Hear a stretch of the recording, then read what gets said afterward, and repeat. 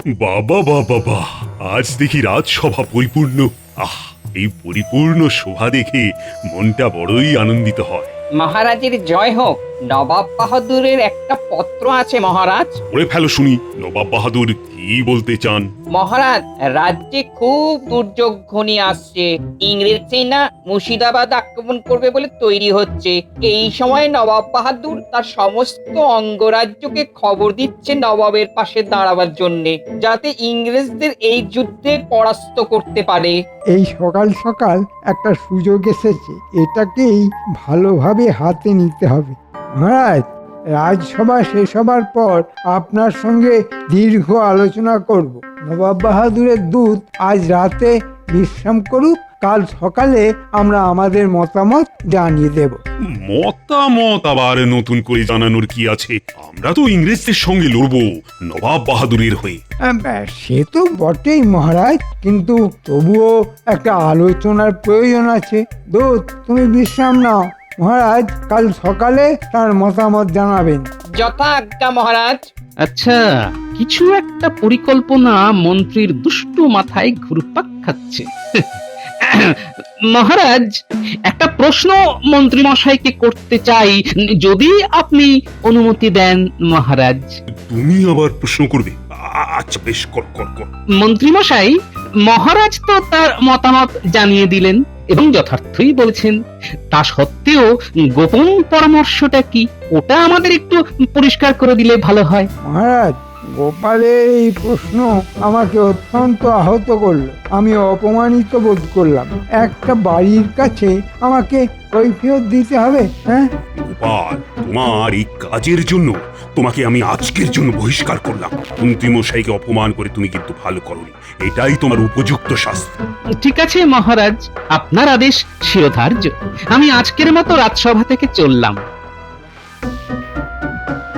আপদটা গেল। কি গো, এত তাড়াতাড়ি রাজসভা থেকে ফিরে এলে? আজ মহারাজ ভালোবেসে একটু তাড়াতাড়ি ছুটি করে দিলেন গিন্নি। ভালোবেসে ছুটি? কি কেন গো?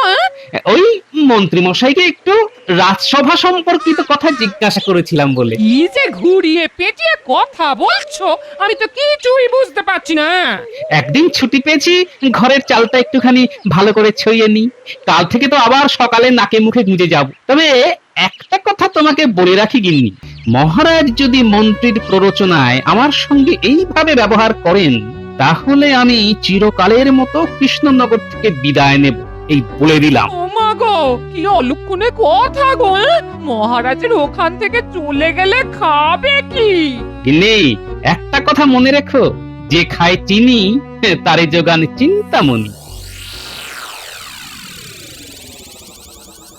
মহারাজ, আমি বলি কি, নবাব বাহাদুরের সাথে সামনাসামনি বসে কথা বলাটা খুব দরকার। তাই কাল দুধকে নিয়ে নবাব বাহাদুরের কাছে আপনার বার্তা পৌঁছে দিতে আমি যাব আপনার প্রতিনিধি হয়ে। বাহ বাহ বাহ, এটা তো বেশ ভালো কথা বলেছো। আমার প্রতিনিধি হয়ে কথা বলার তো দরকার আছে। মহারাজ, এটা গোপন পরামর্শ। এটা কি খোলা রাজসভায় সবার সঙ্গে করা উচিত? একদম ঠিক করেছো, মন্ত্রীর মতো কাজ করেছো। তুমি এক্ষুনি খাজাঞ্চির কাছে পথ খরচা হিসেবে কিছু নিয়ে নাও, আর কাল সকালে তুমি মুর্শিদাবাদের উদ্দেশ্যে রওনা হয়ে যাও। আপনার আদেশ শিরোধার্য মহারাজ, আমি আসি।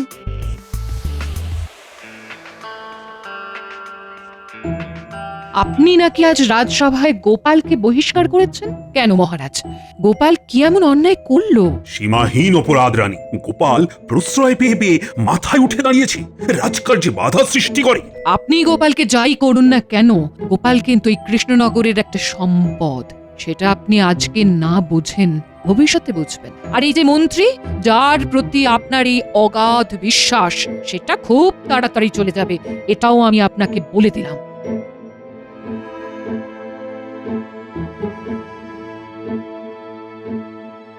রানীমা, প্রহরী এসে গেছে। প্রহরী, তুমি এক্ষুনি যাও গোপালের কাছে, বলবে কালকে একান্তে আমার সঙ্গে দেখা করতে। আমি রাজবাড়ির মন্দিরে থাকবো, ওইখানে খুব সকালে গোপাল যেন আমার সাথে দেখা করে। ঠিক আছে রানীমা।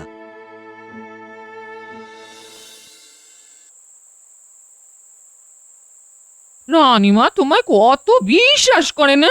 রানীমা তো এই কৃষ্ণনগরের মা গিন্নি। তাও তুমি কৃষ্ণনগর থেকে চলে যাবে বলছো? হ্যাঁ, অনেক দুঃখে বলেছি গো গিন্নি। না, আর বলবো না। গোপাল দাদা, গোপাল দাদা, গোপাল দাদা, কাল রানীমা রাজমহলের মন্দিরে থাকবেন। তুমি কাল খুব সকালে রানীমার সঙ্গে দেখা করো। প্রহরী, তুমি রানীমাকে গিয়ে বলে দাও যে আমি নির্দিষ্ট সময়ে মন্দিরে উপস্থিত থাকবো।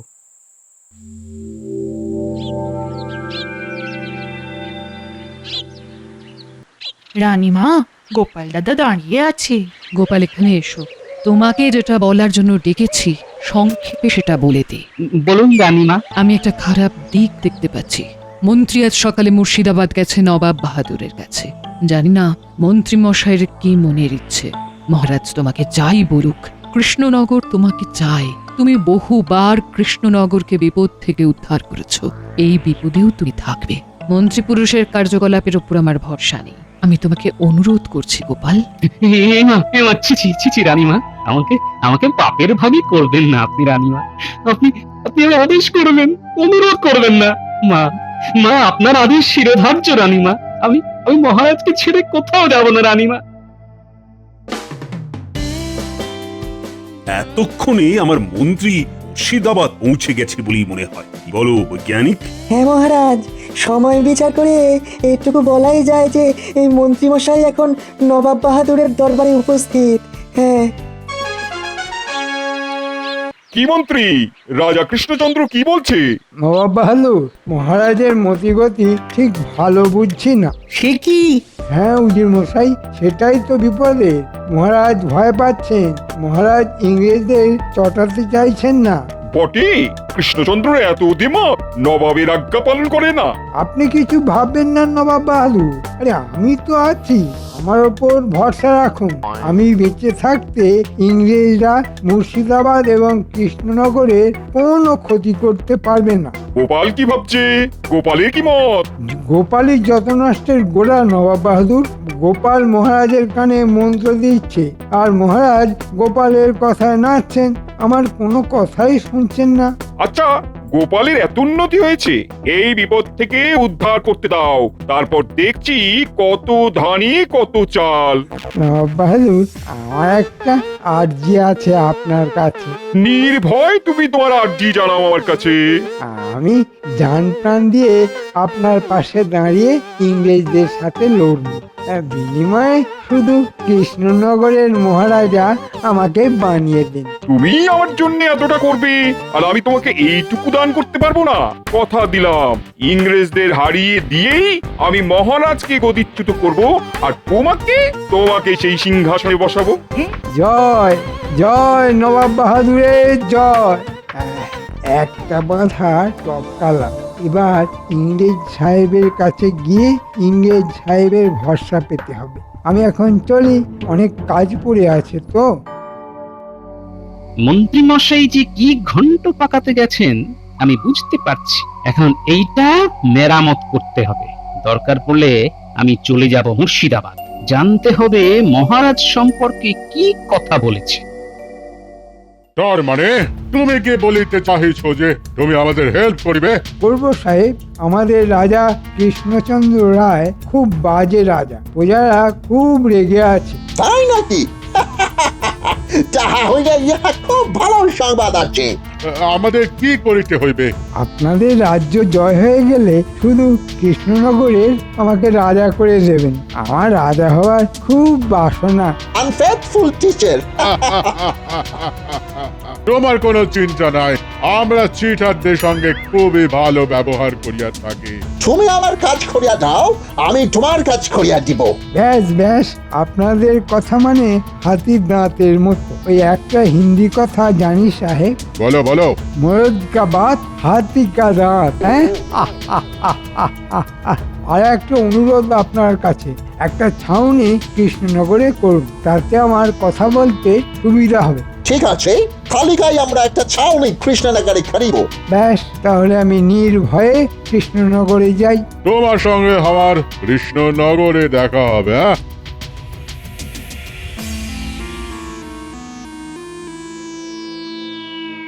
গোপাল, তোমার উপরে আমার অগাধ বিশ্বাস। আমি কয়েকদিন ধরেই দেখছি তোমার সঙ্গে মহারাজ, মন্ত্রীমশাই এবং আরও বাদবাকি সভাসদরা খুব খারাপ ব্যবহার করছে। ছাড়ুন তো সব, আমার চিন্তা অন্য জায়গায়, বুঝেন? মন্ত্রী মশাই কতটা খারাপ কথা মহারাজ সম্পর্কে বলেছেন সেটাই আন্দাজ করতে পারছি না, ওটা জানতে হবে। কিভাবে জানবে? কাল মন্ত্রী মশাই রাজসভায় এলে আমি মুর্শিদাবাদ যাব, ঘাটা জায়গাটা মেরামত করতে হবে তো। তোমার সাহায্য লাগবে বৈজ্ঞানিক। গোপাল, আমি কৃষ্ণনগর, মহারাজ এবং তোমার জন্য সব সময় তৈরি থাকি। আমি জানি বৈজ্ঞানিক।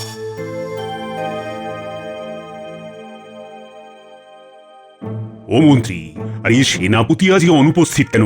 আর কি হয়েছে তার কিছু খবর টবর পেয়েছো? মহারাজ, সেনাপতির প্রচন্ড জ্বর, বমি এবং তার সঙ্গে তার হাতে পায়ে জল শুকোচ্ছে না। কেন কেন কেন? হাতে পায়ে জল শুকোচ্ছে না কেন? তার মানে মহারাজ ওই সেনাপতি সকাল থেকেই ঘর বাইরে করছে আর কি, তাই তার হাত পায়ের জল আর শুকোচ্ছে না। তাই তো, এ তো বড় চিন্তার বিষয়। রাজবৈদ্য বরং সেনাপতিকে একবার দেখে আসবে। আমি সকালে খবর পেয়ে প্রথমে ওই সেনাপতির ঘরে গিয়ে দেখে তারপর ওষুধ দিয়ে এসেছি মহারাজ। বাবা বাবা বাবা, খুব সুন্দর কথা। তাহলে ওষুধ পড়েছে নিশ্চিত হওয়া গেল। কেমন দেখলে? খুব দুর্বল মহারাজ, তবে তবে বিশ্রাম নিলে ঠিক হয়ে যাবে। বেশ বেশ বেশ। তা মন্ত্রী, এবার কথায় আসি। মুর্শিদাবাদে সব কুশল মঙ্গল আছে তো? আমি সব কুশল মঙ্গল করেই এসেছি মহারাজ। সেটা কতটা আমাকে দেখতে হবে, কালকেই আমাকে মুর্শিদাবাদ ছুটতে হবে। মহারাজ, সেনাপতি যখন নেই, যুদ্ধের সব দায়িত্ব আমি নেব। বলো কি? তুমি যুদ্ধের দায়িত্ব নেবে? বাবা বাবা বাবা বাবা। আমি একবার গোলাখানায় যাই, কত বারুদ আমার আছে সেটা দেখে আসা কর্তব্য। এই সময় যখন সেনাপতি নেই, তখন যুদ্ধ লাগতে পারে। মন্ত্রী, আমি আমি আনন্দে আত্মহারা হচ্ছি। যত তোমাকে দেখি ততবার আনন্দ পাচ্ছি। যাও যাও যাও, দেখে এসো। আমি এই যাচ্ছি আর এই আসছি। আবার কিছু একটা ঘাপলা করতে গেল, এসে বলবে গোলা বারুদ নেই। আমি নিশ্চিত যে যোগ্য হাতে কৃষ্ণনগরের ভার আছে। কি বলো পণ্ডিত? সে আর বলতে মহারাজ, আমাদের মন্ত্রী সব দিক থেকে চৌকস। মহারাজ, সর্বনাশ হয়ে গেছে। গোলাখানায় বারুদ গোলা সব শূন্য। এক্ষুনি কিছু অর্থের প্রয়োজন, আমি বারুদ গোলা নিয়ে আসি। এইসব কাজে কোনো অনুমতির প্রয়োজন নেই। যাও যাও যাও, খাজাঞ্চির কাছ থেকে যত টাকা লাগে নিয়ে গোলা বারুদ নিয়ে এসো। মহারাজ, আমি এক্ষুনি লোক পাঠিয়ে গোলা বারুদ মজুত করছি। রাত্রিবেলা সব গোলা বারুদ ইংরেজদের শিবিরে নিয়ে যেতে হবে। সাহেবদের হাতে তুলে দিয়ে ওখান থেকে কিছু অর্থ নিয়ে নেব। বাহ, দুয়ে দুয়ে চার, ঠিক হয়েই যাচ্ছে।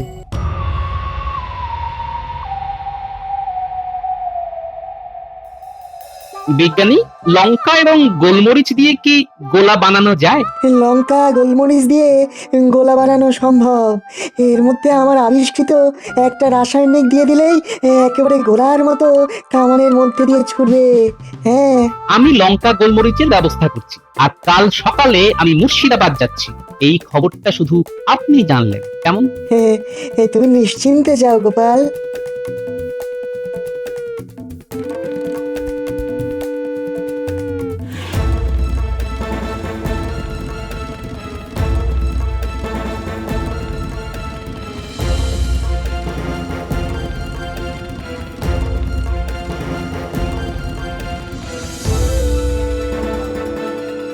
পুটি, এই পুটি, এই বাড়ি আছিস নাকি? হ্যাঁ, বাড়ি আছি। ভেতরে এসো গোপাল দাদু। কিছু খবর আছে গো গোপাল দাদু। হ্যাঁ, শোন, তোদের সবার সঙ্গে আমার দরকার আছে। প্রথমে কাল থেকে চুপিসারে শুকনো লঙ্কার গোলমরিচ গুঁড়ো করতে হবে, বুঝলি? শুকনো লঙ্কা আর গোলমরিচ? হ্যাঁ, আর পুটি, তুই তোর সব বন্ধুদের বলে দিবি তারা যেন সবাই শুকনো লঙ্কা আর গোলমরিচ গুঁড়ো করতে শুরু করে দেয়। আমার অনেক লঙ্কা গুঁড়ো আর গোলমরিচ গুঁড়ো লাগবে, সব পরে বলবো। তোদের কাজ মন্ত্রীকে চোখে চোখে রাখা, বুঝতে পারলি? বুঝতে পেরেছি গোপাল দাদু, তুমি নিশ্চিন্তে থাকো।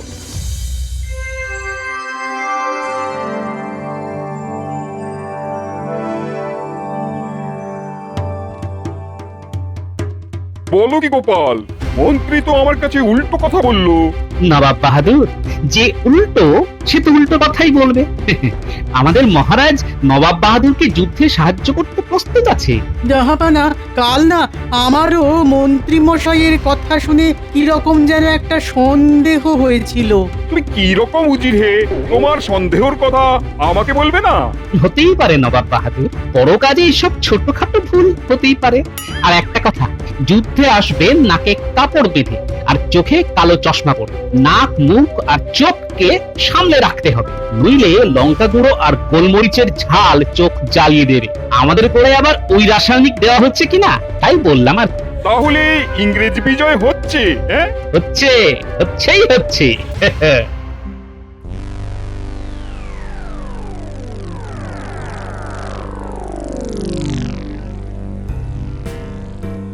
আমি একটা উপহার নিয়ে এসেছি সাহেব। তুমি আমাদের উপহার দিতে আসিয়াছ, কি উপহার দিবে? রাজবাড়ির ভেতর থেকে গোলা বারুদ নিয়ে এসেছি আপনার হাতে তুলে দেব বলে। বাহ বাহ বাহ, তুমি বড় ভালো মানুষ আছে, তুমি আমাদের বন্ধু আছে। আমি আমার কথা রেখেছি সাহেব, আপনারাও আপনাদের কথা রাখবেন তো? নিশ্চয়ই নিশ্চয়ই, আমরা চিটারদের খুব খুব ভালো উপহার দিয়ে থাকি। খুব ভালো। কবে আক্রমণ করছেন? আমরা আক্রমণ করিব কাল বাদ পরশু। মন্ত্রীমশাই সাহেবের ছাউনিতে গেছে, গোপাল দাদু এলেই বলতে হবে। মন্ত্রীমশাই, একটা পদের ধাই লুকিয়ে থাক। মন্ত্রী কোথায় কোথায় যায় আমাদের দেখতে হবে। ওই মন্ত্রীমশাই আসছে, লুকিয়ে পড়। এবার বটা ঘটার বাড়িতে যেতে হবে। শুধু একটা জিনিস খচখচ করছে, গোপাল আজকে রাজসভাতে এলো না কেন? শুনলি তো, চল লুকিয়ে পিছু নি। চল।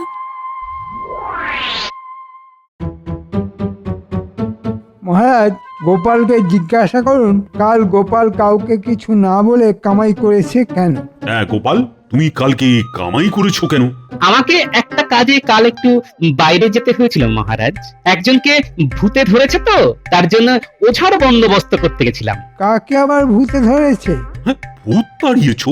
ওঝা ভূতের ব্যাপারটা বুঝতে পেরে গেছে, একটু সময় নেবে। খুব ধুরন্ধর ভূত তো। দেখো, এখন কোনো সময় কামাই করা চলবে না। দেখছো না ইংরেজরা আক্রমণ করবে বলে প্রস্তুত হচ্ছে। আরে এই সময় সলা পরামর্শ দরকার। রাজনীতিতে আমার কি প্রয়োজন মহারাজ? আমি তো ভাঁড়, লোক হাসানোই আমার কাজ। এখন ভাঁড়ের প্রয়োজন আছে। আমাদের মাথা যখন ক্লান্ত হয়ে যাবে তখন তুমি হাসাবে। কি মহারাজ, ঠিক বলেছি তো? এমন হাসাবো টের পেয়ে যাবেন মন্ত্রী মশাই। এবার রানীমার হাতে নবাব বাহাদুরের চিঠিটা দিয়ে দিলেই আমি মুক্তি পাবো। ওটা গিন্নি ঠিক করে নেবে। যতই হোক গোপাল ভাঁড়ের গিন্নি তো। কি ব্যাপার গোপালের গিন্নি, তুমি আমার সঙ্গে দেখা করতে চাও? গোপালের কি কিছু কথা আছে? আছে রান্নিমা, আছে। এই যে চিঠিটা আপনাকে দেবার জন্য পাঠিয়েছে, এটা আপনি পড়ে মহারাজকে দেবেন। নবাব বাহাদুরের চিঠি। আমি বুঝেছি, ঠিক আছে। সভার কাজ শেষ করে মহারাজ এলে আমি এই চিঠিটা মহারাজের হাতে দেব।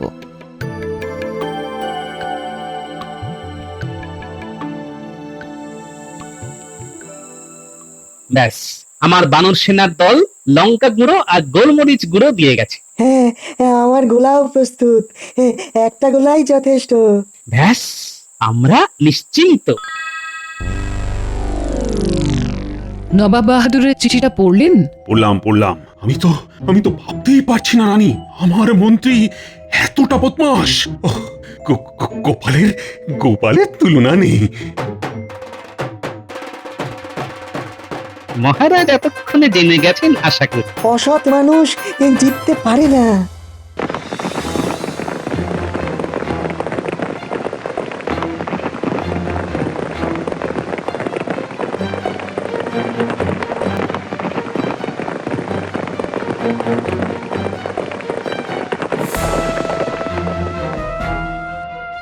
এটা কি হচ্ছে গোপাল? কামানের মানে বোঝো? হ্যাঁ, কামান। মান ছাড়া কামান হয়? গোপাল, সব কামান ঠিকঠাক বসেছে তো? গোপালকে দিয়ে কামানের কি কাজ হবে মহারাজ? গোপাল কামানের কাছে দাঁড়িয়ে থাকবে, তুমি খোলা মাঠে তরোয়াল হাতে লড়বে।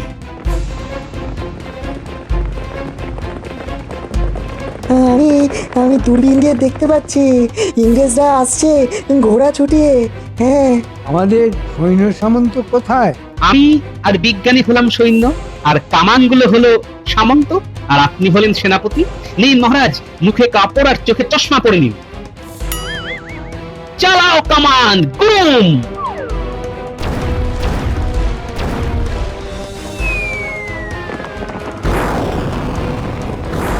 এলো, চোখ মুখ চলিয়ে ঢেকাল।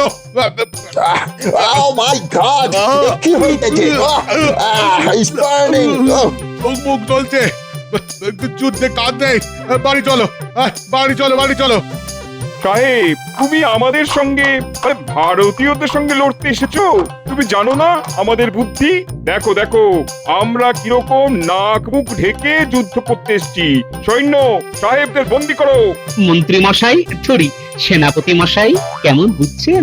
মন্ত্রী এখন বোঝবার অবস্থায় নেই, ওর চোখ নাক কান সব সব জ্বলছে। আহ, আহ, ওরে বাবারে, ওরে বাবারে, জ্বলে যাচ্ছে। ওরে বাবা, মন্ত্রী, এবার তোমার কৃষ্ণনগরে রাজা হওয়া তো আর হলো না।